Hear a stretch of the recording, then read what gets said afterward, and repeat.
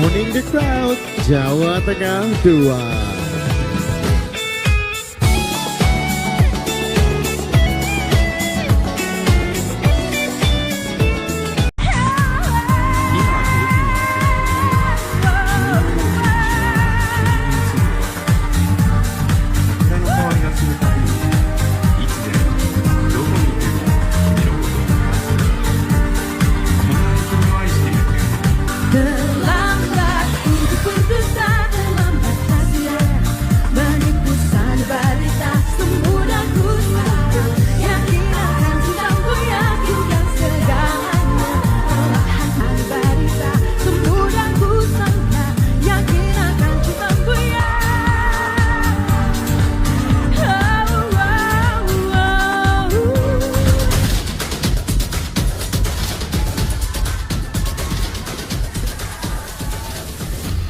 Shalomita Amerika Maranatha, Sarjana Hukum Jawa Tengah 2.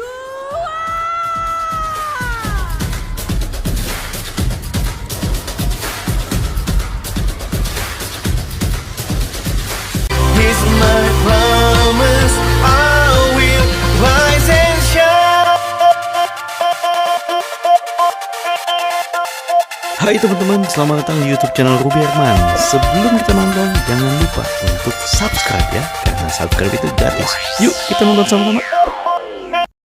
Oke teman-teman, kali ini narasumber kita adalah dia Putri Indonesia Jawa Tengah 2025 ya. Tuh. Ada Shalom. Apa kabar? Luar biasa, terima kasih Damai banyak, Pak. sejahtera. Damai sejahtera, benar-benar. Oke, thank you ya Shalom ya udah hadir ke Permata Hijau Suites nih. Wah, ini terima kasih juga buat Pak Doni, terus Arif juga yang udah menjembatani. Betul, terima kasih Mas Arif dan Kak Doni.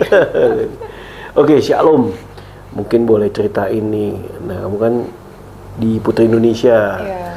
Nah, mungkin boleh ceritain latar belakangnya, terus aktivitinya. Silakan Shalom. Oke, ini menarik banget ya, karena latar belakangnya itu panjang banget, tapi I will put the main session. Jadi Putri Indonesia itu it always be my dream dari sejak kecil, karena dari sejak kecil itu aku mendambakan sosok perempuan yang cantik dan berdampak tuh seperti apa, and I found out di Putri Indonesia. Cantik dan berdampak ya, Yes, ini nih. Cantik oke, berdampak ya. Iya, berdampak juga. Dan aku rasa semua perempuan itu cantik, tapi semua perempuan itu perlu berani untuk berdampak. Nah, dari berdampaknya itu, aku nggak langsung serta-merta, oke, I will join Putri Indonesia. Karena itu ada banyak sekali proses yang membentuk mindset aku jadi perempuan yang berdampak gitu. Apalagi former value-nya Putri Indonesia kan brain, beauty, behavior, Yes. brave and be right gitu ya. Itu aku bentuk dari ikut lomba-lomba duta Lomba saat duta, kuliah. iya.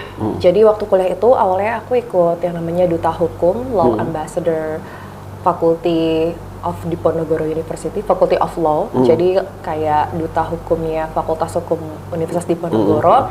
Di situ aku ngelihat bahwa surprisingly advokasinya nggak jauh tentang hukum gitu. Dan setelah aku ikut duta hukum, ada salah satu teman aku namanya Calvin, dia memperkenalkan aku sama yang namanya duta generasi berencana.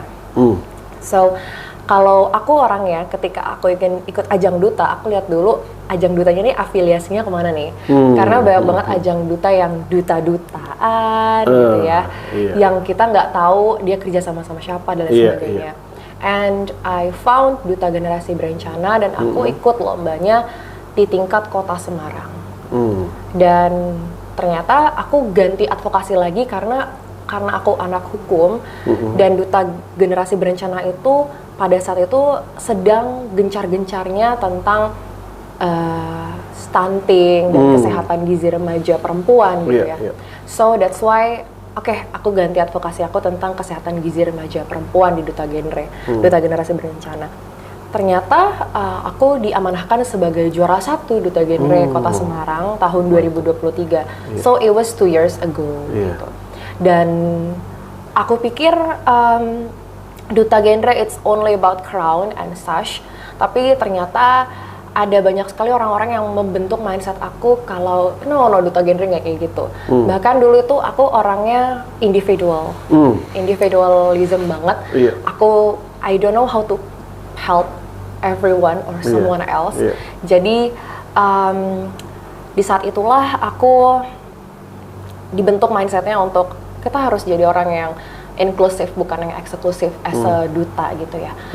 Akhirnya aku banyak sekali melakukan kegiatan sosial di Kota Semarang.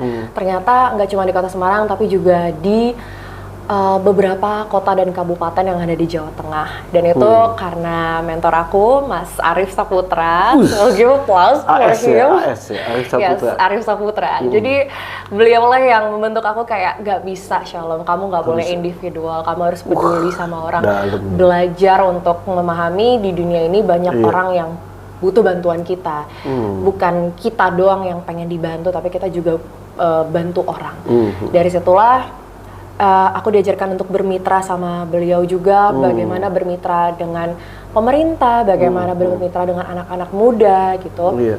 Bagaimana kita melihat anak-anak muda dengan setiap permasalahan dan setiap ketidakberuntungan hidup mereka. Disitulah aku mulai membentuk mindset dan advokasi.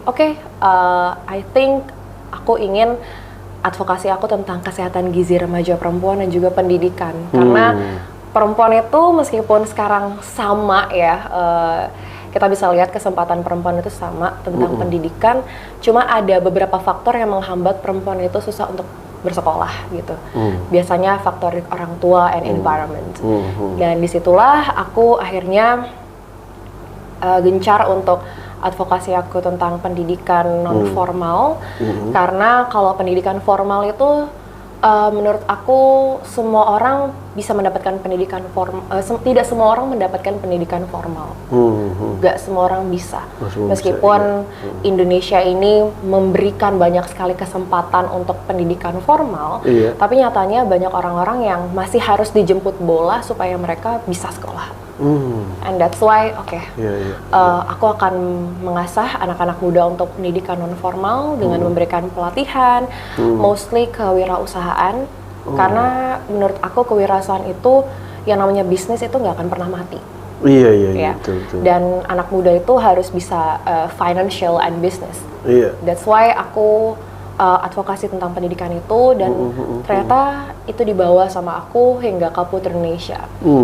And values yang aku dapat adalah aku dipercayakan oleh beberapa kementerian. Waktu itu aku diajak sama Dikti Saintek, Pendidikan Tinggi Sains and Teknologi, untuk berkegiatan di Sumatera Barat dan Sumatera Utara, dan bertemu sama anak-anak yang memang mereka deserve untuk dibantu oleh pemerintah. Dan juga di Kota Semarang aku bertemu sama membantu beberapa banyak anak juga, beberapa anak. Dan di Jakarta juga mostly aku ikut serta menyuarakan tentang pendidikan lewat kampus-kampus, lewat universitas. So it was a long story about my journey sampai bisa jadi Putri Indonesia, Pak. Ini bagian dari passionnya kamu juga ya?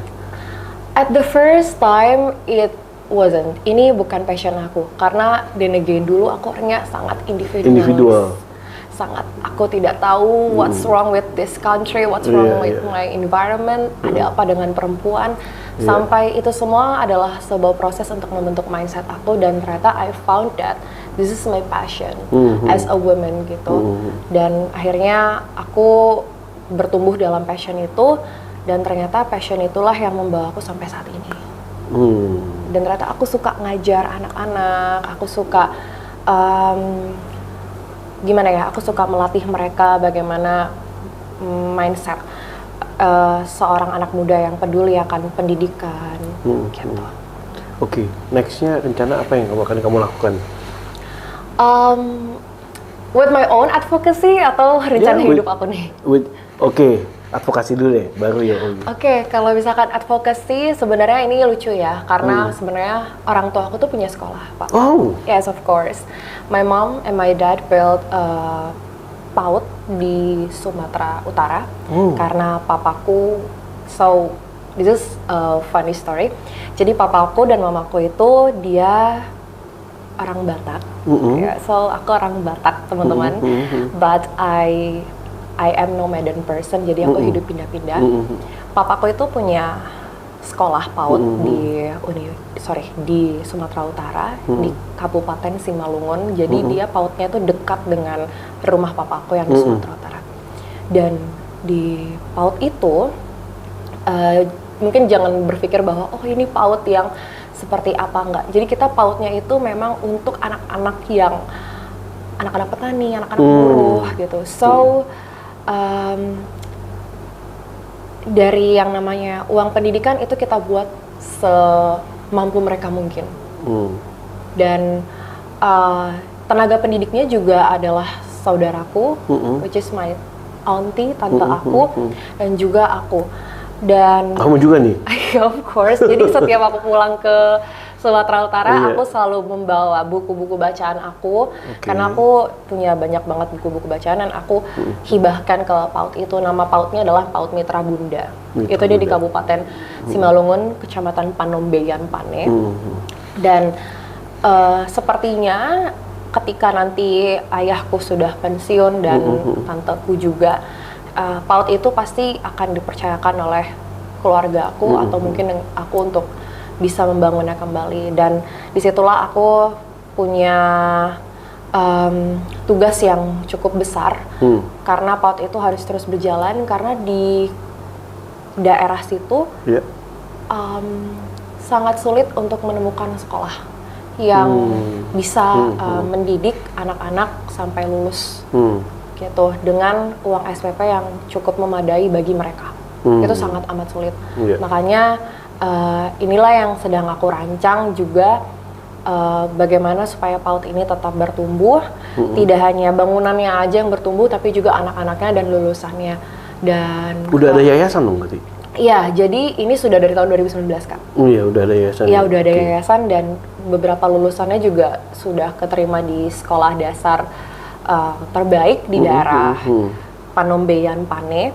Dan aku berharap kedepannya makin banyak mencetak anak-anak yang bisa bersaing dari tingkat kecamatan, kemudian di tingkat kota, dan mungkin tingkat provinsi Sumatera Utara gitu. Itu ya. Sambil jalanin kerjaan atau kamu punya advokasi, sekaligus itu juga ya. Jadi nih.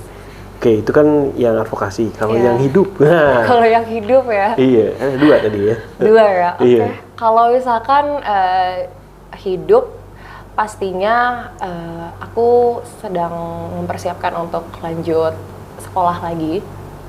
S2 berarti? Iya, S2. Karena dari aku itu orangnya suka. Sebenarnya aku bukan tipe orang yang suka belajar, tapi aku punya curiosity yang tinggi, aku punya rasa penasaran yang tinggi. Dan itulah yang membuat aku untuk sedang persiapan sekolah lagi, karena kan harus merancang esai dan rancangan tesis dan lain sebagainya. Pastinya aku sekolah dan bekerja. Udah ada planning di mana? Apanya? Kuliahnya. Kuliah ya. Oh, oke, itu secret. Masih secret. Iya. Itu masih secret. Kalau belum kan bisa dikenali. Wow. Iya, saya kenal itu apa? IBLAM ya. Apa? Law of IBLAM, sekolah hukum. Oh. Ya nggak apa, out of topic deh. Oke. Menarik, iya. Tapi ada beberapa jurusan yang kalau dulu aku orangnya saklek, aku pengen sekolah hukum. Tapi ternyata waktu aku S2, waktu merancang S2, aku kan membentuk esai tuh. Ada banyak sekali hal yang pengen, kayak aku bisa buat esai tentang pendidikan, aku bisa bikin esai tentang hukum, dan aku banyak bergumul ke arah situ karena harus memutuskan, ini kita mau lanjut S2 hukum atau S2 Master of Education nih, gitu. Jadi itulah yang lagi aku persiapkan sekarang. Dan belum decide ya berarti? Belum decide, karena aku merancang 2 esai nih, Pak. Dan aku harus memutuskan salah satu esai itu apa yang harus aku teruskan gitu nanti di S2 nanti.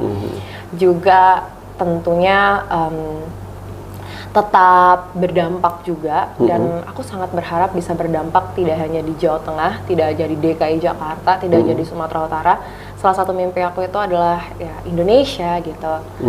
Karena menurut aku pendidikan itu suatu hal yang harus dibawa untuk menjadi dampak gitu, supaya kita bisa bersaing secara global gitu.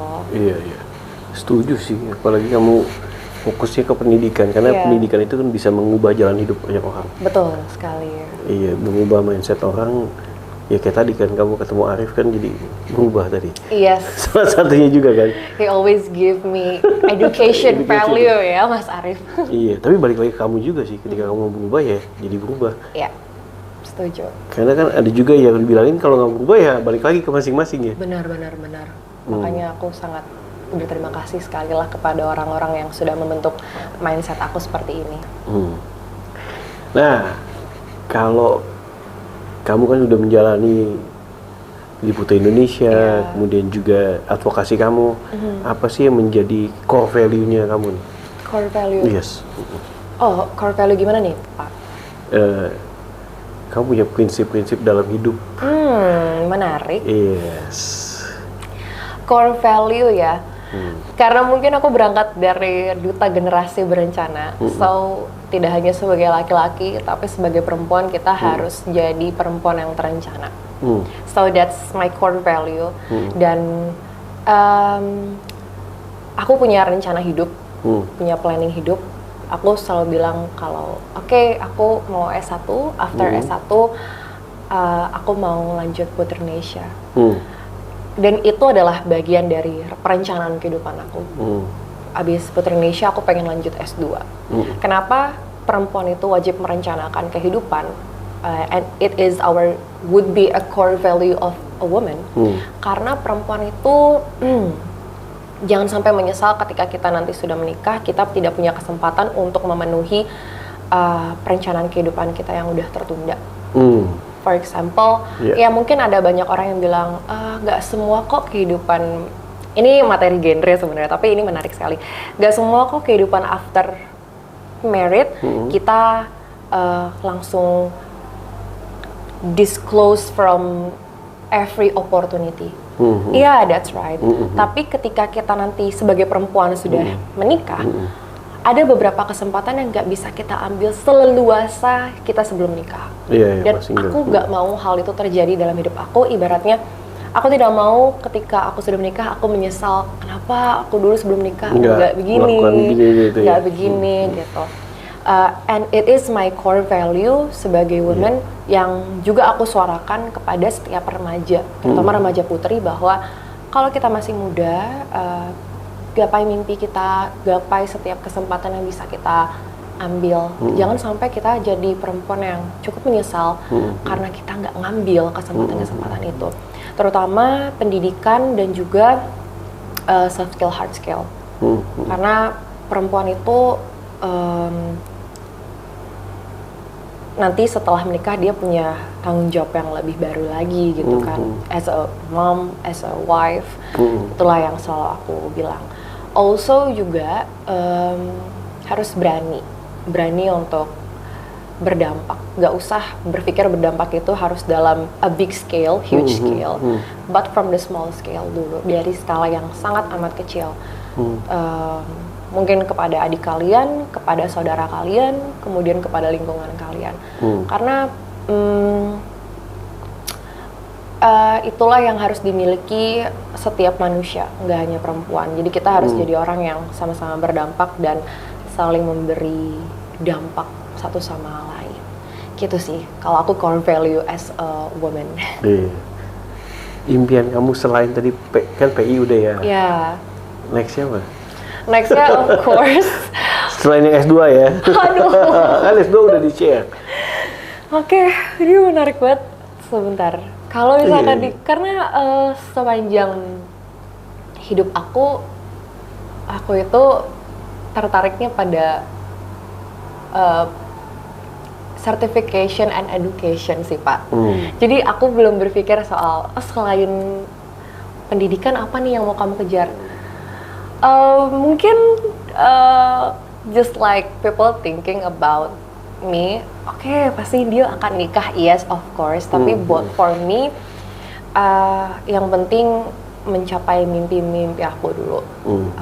S2, of course, juga sekolah yang ada di PAUD Sumatera Utara. Itu sih, baru saat ini mimpi aku itu. Ya sebenarnya juga bisa juga sekarang bikin kursus yang ada sertifikasi. Yes. Kan bisa start small dulu ya. Start from the small ya. Iya. Kalau dari kursus kan nggak terlalu biaya besar. Iya. Tapi itu membangun kursus itu bukan hal yang mudah sebetulnya, karena kita harus tenaga pengajarnya itu harus tenaga pengajar yang berkompeten. Iya. Dan juga kurikulum juga. Iya, harus ada silabus kurikulum juga kurikulum. gitu. Karena supaya ketika lulus mereka punya sertifikat yang emang diakui oleh badan-badan kursus di Indonesia gitu. Karena kalau misalkan sertifikatnya tidak diakui, sangat disayangkan nanti anak-anak itu bekerjanya bagaimana gitu. Iya. Iya, tapi kan menuju ya. Doain ya Pak. Iya. Doain. All the best ya. Begitu. Mantap. Ya nggak semua orang kan punya cita-cita, kan pasti setiap orang beda-beda kan. Nah, ini ya siapa tahu bisa kolaborasi ya dengan entah itu sekolahan. Tapi sekarang udah with government malah ya. Iya, hopefully bisa terus bermitra dengan pemerintah sih. Tapi ada juga aku ingin bermitra dengan organisasi-organisasi kepemudaan, karena banyak sekali di Indonesia organisasi kepemudaan. Cuman then again, organisasi kepemudaannya itu harus ada resmi ya, harus terakreditasi ya. Gitu sih. Iya, banyak sih mungkin. Iya, banyak bisa juga. Iya. Betul. Ya, nanti kita bisa ngobrol off air ya. Ngobrol off air ya. Ya, tergantung passionnya kamu kan. Tapi betul sih harus terafiliasi ya seperti bilang. Dengan siapa dulu nih. Oke, ada lagi mungkin yang ingin disampaikan oleh Shalom? Apa nih? Mau nyampein apa nih?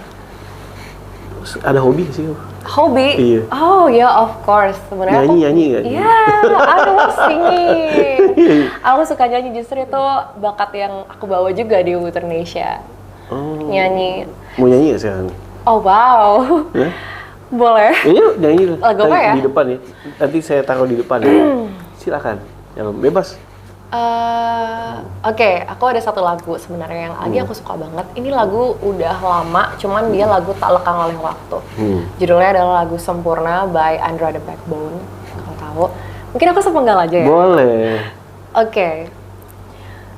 Kau begitu sempurna di mataku, kau begitu indah. Kau membuat diriku akan selalu memujamu. Di setiap langkahku, ku kan selalu memikirkan dirimu. Tak bisa ku bayangkan hidupku tanpa cintamu. Janganlah kau tinggalkan diriku tanpa mampu menghadapi semua. Hanya bersamamu ku akan bisa. Kau adalah darahku, kau adalah jantungku, kau adalah hidupku, lengkapi diriku, oh sayangku kau begitu sempurna. Yeay, mantap Shalom. Kalau gitu siap-siap nyanyi di bazar ya nanti ya. Wow, can't wait. Sama di bazar ya, ya. Boleh. Mantap. Wah, Shalom, thank you so much for sharing. Sukses ya buat Shalom. Bagus loh kalau suaranya kamu. Makasih ya.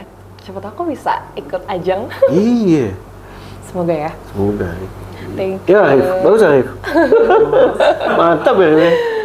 Wah, seneng banget. Thank you so much ya udah berbagi. Shalom, sukses selalu teman-teman. Demikian bincang-bincang saya bersama Shalom.